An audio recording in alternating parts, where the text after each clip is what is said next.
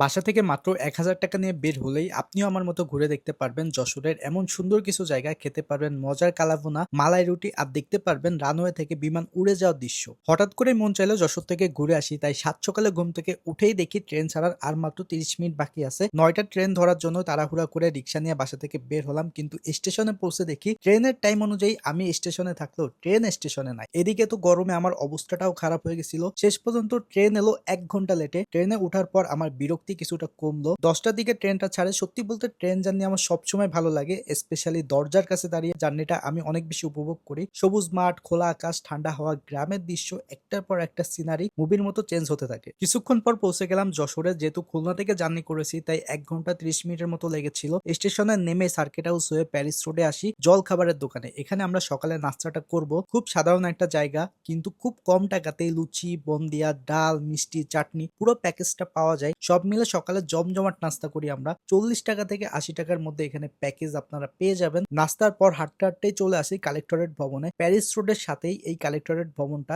জায়গাটা বেশ সুন্দর, শান্ত আর নিরিবিলি ছিল। পেছনে বড় একটা দিঘি আছে। কিছুক্ষণ সেখানে বসে চারপাশের পরিবেশটা উপভোগ করলাম। এই দিঘিতে অনেক কালারফুল মাছও ছিল। ভবনটি ১৮৮৬ সালে নির্মিত, কত আগের, কিন্তু এখনো ভবনটির ডিজাইন সবারই খুব পছন্দ। ৮-৯ ঘন্টার মতো আমরা যশোরে থাকবো। আমার সাথে রিজবিকেও নিয়ে এসেছি। দুইজনে শহরটা ঘুরে দেখছিলাম, একটু শপিংও করলাম ফাইন ফিট থেকে। ডিসকাউন্ট চলছিল, তার মধ্যে ভালো কিছু ডিজাইনও চোখে পড়লো। শার্ট, প্যান্ট, পাঞ্জাবি থেকে শুরু করে ফর্মাল সবকিছুই বেশ ভালো কালেকশন ছিল। একটা দেখলে আরেকটা বেশি পছন্দ হয়ে যায়। বেশ পুরাই কনফিউজিং একটা কালেকশন ফাইন ফিটে পাওয়া যায়। দুপুরের দিকে গেলাম সেই পরিচিত নাম নাজমার কালাভুনা খেতে। মাংস জ্বালাতে জ্বালাতে কালারটা দেখেন, দেখলেই মুখে পানি চলে আসে, এমন একটা অবস্থা। সত্যি বলতে যশোরে এসে এই খাবারটা না খেলে মিস করতাম। অনেক মজার ছিল। আমরা ১৬০ টাকা দিয়ে হাফ বাটি কালাভুনা নিয়েছিলাম। খাওয়া দাওয়ার পর একটা রিক্সা নিয়ে বের হয়ে পড়লাম যশোর এক্সপ্লোর করতে। যশোর যে ন্যাচারালি এত সুন্দর, মনটা জুড়ায় যায়। রোড ভিউ, আশেপাশের ভিউ, চোখেরও অ্যাক্টিভিটিস বেড়ে যায়। চলে এলাম যশোরের বোট ক্লাবে। ৫০ টাকা এন্ট্রি ফি দিয়ে ঢুকতে ফিল করলাম এখানের পরিবেশটা ঠান্ডা, চারপাশে গাছপালা, খোলা জায়গা আর পানির কাছাকাছি সুন্দর বসার ব্যবস্থা।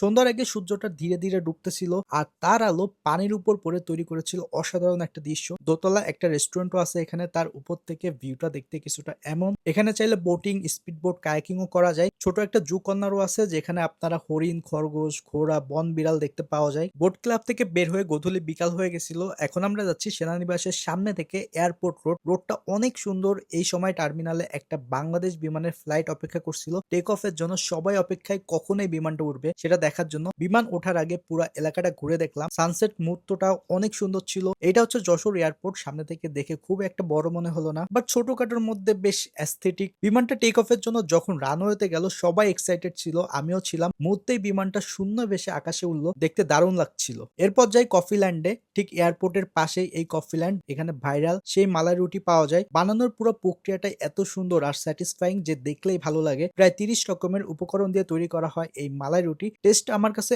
অনেকটা সেমাই রান্নার মতো লেগেছে। যাই হোক, এখন অনেক সন্ধ্যা, বাসায় যাওয়ার পালা। রাত হলে বাস পেতে বেশ কষ্টই হয়েছিল। রাত ৮টার দিকে বাসে উঠে ১১টার দিকে পৌঁছালাম খুলনা শিববাড়ি। মোট ৮ ঘন্টার মতোই বলতে গেলে যশোরে ছিলাম। কমেন্ট করে জানান যে ভ্লগের কোন জায়গাটা আপনার কাছে সব থেকে ভালো লাগলো এন্ড কাকে নিয়ে যশোরের এই জায়গাগুলো ঘুরে দেখতে চান। দেখা হবে পরবর্তী কোনো ভিডিওতে। ভালো থাকবেন, সুস্থ থাকবেন। আল্লাহ হাফেজ।